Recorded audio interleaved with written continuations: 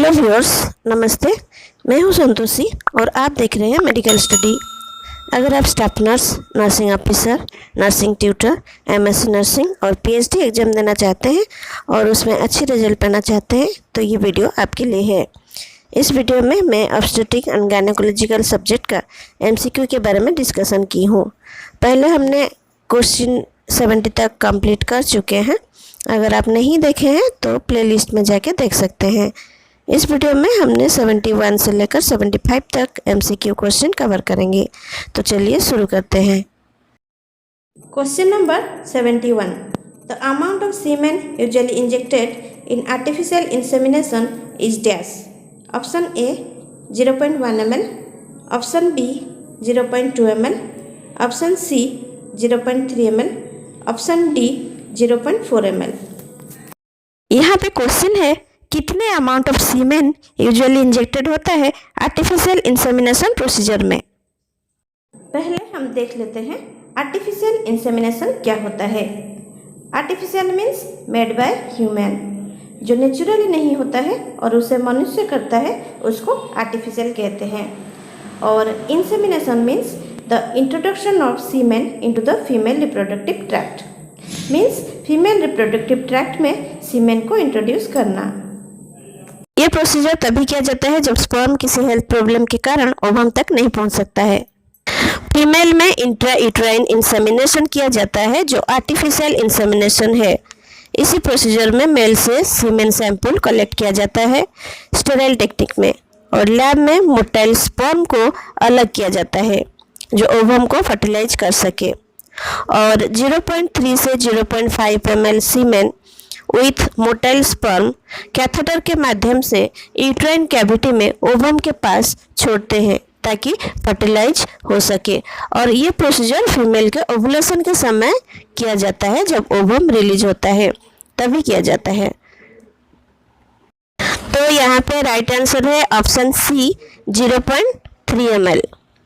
0.3 ml amount of semen usually injected in artificial insemination. Question number 72. In vitro fertilization, fertilized ovum transport into the uterine cavity at dash. Option A 1 to 2 cell stage, option B 2 to 4 cell stage, option C 4 to 8 cell stage, option D 16 to 24 cell stage. यहाँ पे question है in vitro fertilisation में ovum और sperm को lab में fertilise करने के बाद फर्टिलाइज्ड ओवम को जब यूट्रस में ट्रांसफ़र करते हैं तब फर्टिलाइज्ड ओवम कितना सेल स्टेज का होता है।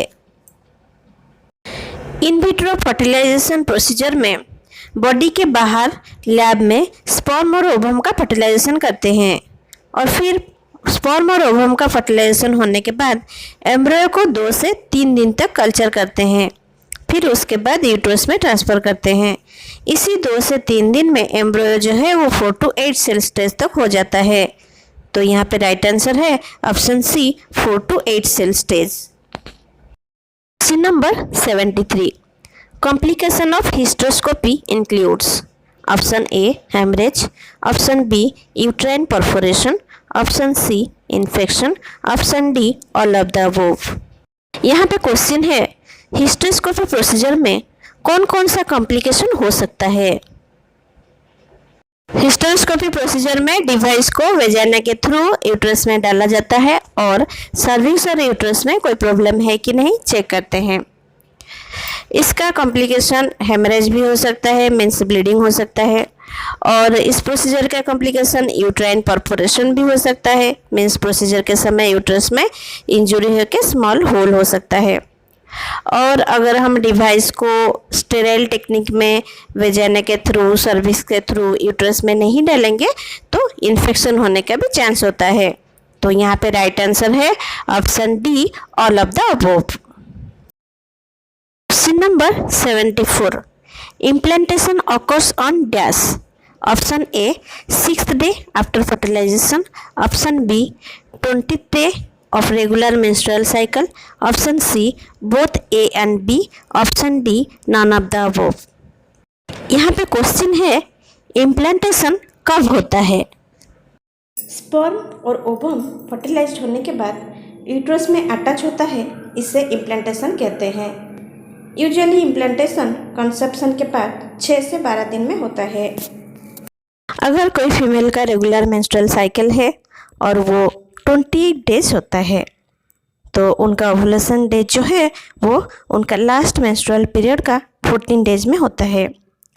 ओव्यूलेशन पीरियड में ओवारी से ओवम रिलीज होता है और इसी समय अगर सेक्सुअल इंटरकोर्स हो तो स्पर्म फीमेल रिप्रोडक्टिव ट्रैक्ट में इजैकुलेट होने के बाद यूट्रस का फैलोपियन ट्यूब में ओवम के साथ फर्टिलाइज होता है।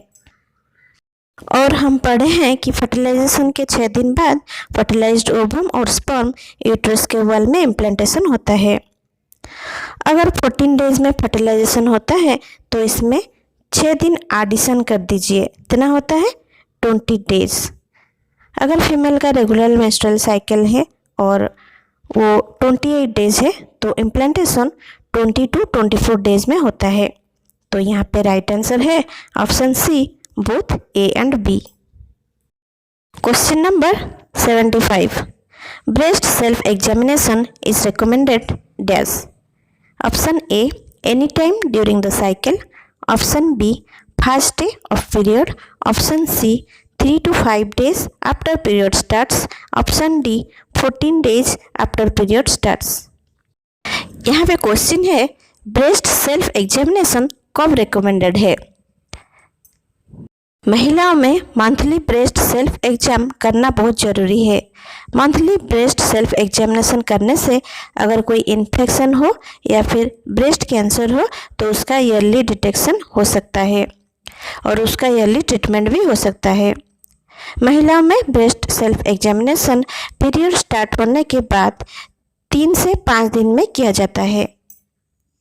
तो यहाँ पे राइट आंसर है option C, 3 to 5 days after period starts.